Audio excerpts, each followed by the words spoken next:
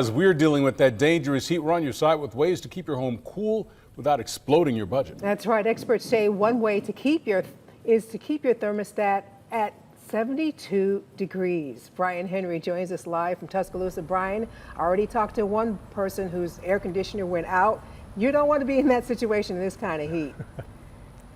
That's right, Sarah and Steve. It is still not too late to have your system serviced, although the best time to do it is just before springtime back in February or March. Experts say that is a small price to pay to prevent what could happen when you need it the most. One company in Northport says the new AC system would cost around $5,000 depending on the size of your home. What we've been told all along over the years that 72 degrees is the magic number to keep your home or office comfortable.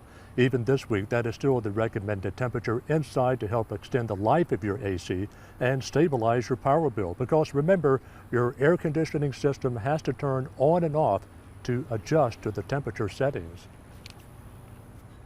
Paying attention to the temperature that's on your thermostat.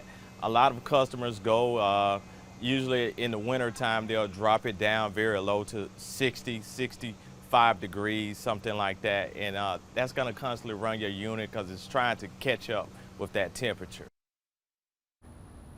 Just right, company leaders say that if you were to call now to get your system checked, don't be surprised if you have to wait a day or two before a technician arrives, because right now most of those calls in this particular industry are dealing with either service calls or broken parts. In Tuscaloosa, Brian Henry, WBRC Fox 6 News, on your side.